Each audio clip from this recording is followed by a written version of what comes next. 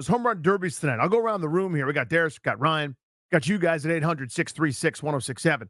First, boys, do you agree with my premise that the home run derby is shaky at the top, but it's kind of a dubious honor? There's not much else going on that can really compete with it. I think it's the best all-star related activity. I think it has to be because it's like one of those things where it's so weird because baseball gets in their way at every opportunity, and the home run derby, for whatever reason, is so perfect. And I think one thing that why it might be still at the top is because typically they do have the stars actually participate in this. And even then, if you don't, like Pete Alonso is a star, but Yep. this is his thing. He's in it every single year. So obviously having him in that, Bobby Witt, someone you mentioned as well, and a couple other names. I think Alec Boehm is actually a kind of a pretty popular rising name with a good team right now. So I do think it is a good thing to have stars in it, but it's just the number one thing. It's so exciting to see 470-foot home runs, seeing the exit velocities. And honestly, I know you hate this. Chris Berman, he makes it for me. I love it. Oh, Darris, go. Why would he say that? He knew that He's trolling. I know. He knows what he's doing. that was just But is lame. Berman doing it tonight?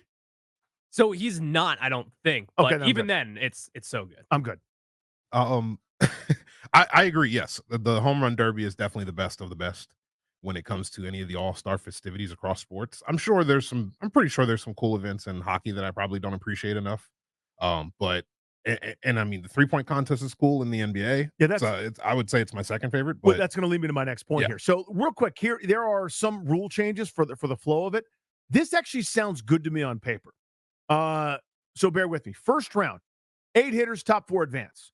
So it's like that 3-point type situation that they've done at times where it's okay, this guy establishes the mark, let's just have the sake of argument, with 20 points, a couple money balls in there, his blah, blah, blahs. He's got 20. So anybody that goes north of 20, now you're in the top 4. If you're south of 20, you probably didn't make it, and so on. That's how they're doing it tonight, which I actually like instead of this guy versus this guy. So you get somebody that hits 28 in the first round and then tires himself out and hits like 4 in the next round. You're preventing that. So as soon as somebody gets to that benchmark total, they're good to go, right? So 8 hitters in the first round, top 4 advance. Ties are broken by the longest home run in the first round. Interesting to me.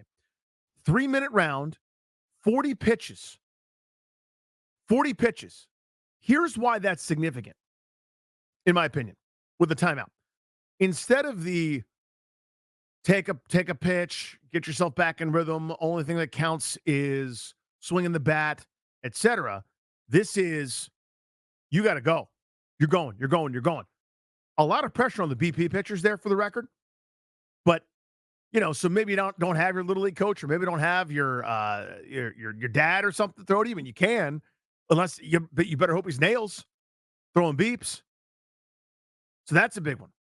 3 bonus outs. Every swing is either a homer or an out, and a 425-foot homer in the bonus round earns a 4th bonus out. So if you're in that bonus area of the 3 swings, you hit a bolt north of 425 feet, Pete Alonso style, you get an extra out. Good deal. Then in the semis, it's bracket style. So whoever has the most goes against the 4 seed, 2 versus 3. Same format, 3-minute round, 40 pitches, a timeout. Then the 3 bonus outs, 425 things, blah, blah, blah, blah. And then in the finals, it's a 2-minute round, 27 pitches with 1 timeout, and the same bonus rules as previously applied. I like those tweaks. Now, it may turn out to be longer, but I like it when we're going, we're in rhythm, and a guy's just going boom, boom, boom, boom, like that. Swing, contact, it goes, reset, swing, contact, it goes. Instead of, remember previously, you couldn't throw the next pitch until the previous one landed. That whole thing, remember when Bryce Harper won it at Nats Park and a bunch of Cubs fans were complaining that Kyle Schwarber got robbed because they were going too quickly or something, and I didn't care then. I still don't care now. It's an exhibition. It's fun. But I like that idea, is that we can just go because it's 3 minutes on the clock. We are purposely setting this up so that people, don't get distracted, right? That's number one. Darris already touched on this for my second point here. What's number 2 in terms of all-star festivities? I think it's a 3-point contest now. You can see how seriously guys take it. You can see that it gets the star power. I mean, you get a who's who. Back in the day, and you guys probably won't even remember these names, but it was guys like Craig Hodges, who's just rode the pine in Chicago. because it wasn't as much a point of emphasis in the game. Obviously, it was about post players and slashing guards and guys that could do basically what Jordan could do, or try to do what he could do, rather. That three-point shot, I mean, the guys like Danny Ainge, Craig Hodges, it was like they weren't stars. Now the stars do it, and they want to prove that they can do it. That's the badge of honor, to be up there with Steph Curry, Klay Thompson, and company. That's what makes it so damn fun. I think Ryan was on to that point about the star power element. That's the one that kind of draws the big guns. It used to be, for the dunk contest, you had some stars. You had former stars judging it, and it was like this, it was this love fest. And it was so exciting. It was so much damn fun. That's been gone for a while. Especially now that you get these, I know they're on my YouTube feeds or like Instagram feeds or whatever, this like dunk league type stuff, where these amateurs, these guys that would have been on the N1 mixtape tour, Mountain Dew Code Red sponsorship, would have been on that stuff, are doing, frankly, better dunks than you see these NBA guys do. They're not as good at players. I'm not alluding to that. But this dude, if you don't know, who always has different color hair, named Jordan Kilgannon. He's like a 6'1" Canadian white who jumps so unbelievably high and does more trick stuff than anybody in the NBA in terms of dunks, because that's what he does. He is in the dunk league. He's a dunker. There are a couple other guys, too, who are great on that level, where they get NBA guys to go judge this thing for like a YouTube video, and their jaws hit the floor. So they're out there doing better stuff. There's nobody out there like making better threes than Steph Curry. You know what I mean? Like, that's not the same thing. So give me the 3-point contest as the 2 seed. 800-636-1067 is the number. If the home run derby's first, second? What do we got here? Bobby and Alexandria. Good afternoon, man. You're on the fan. Hey, man. Thanks for taking my call. You got it, Bob. The home run derby is certainly the best.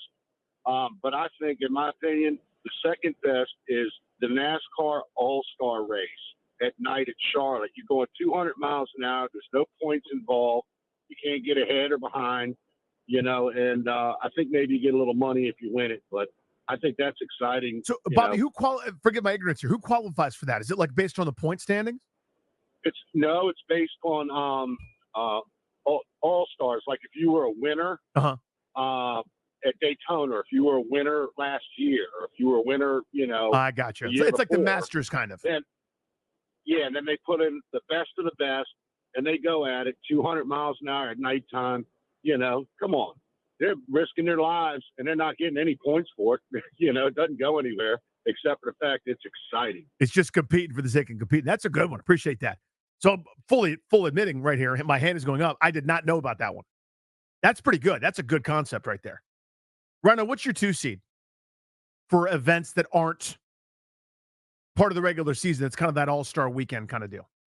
For me, it's got to be the 3-point contest at this point in time. Like, it used to be the dunk contest, and honestly, the dunk contest used to compete for the home run derby for me. But it was the 1 seed. It was, yeah. Me, yeah. And it's just kind of died off here as of recent. But right now, for me, it's a 3-point contest. And again, it's because they get the stars out. You have Steph Curry going, you have Klay Thompson going, you have all the big names out there, and you want to see them compete, and it's usually pretty damn tight. So I think that's why I kind of look at that and say, it's good.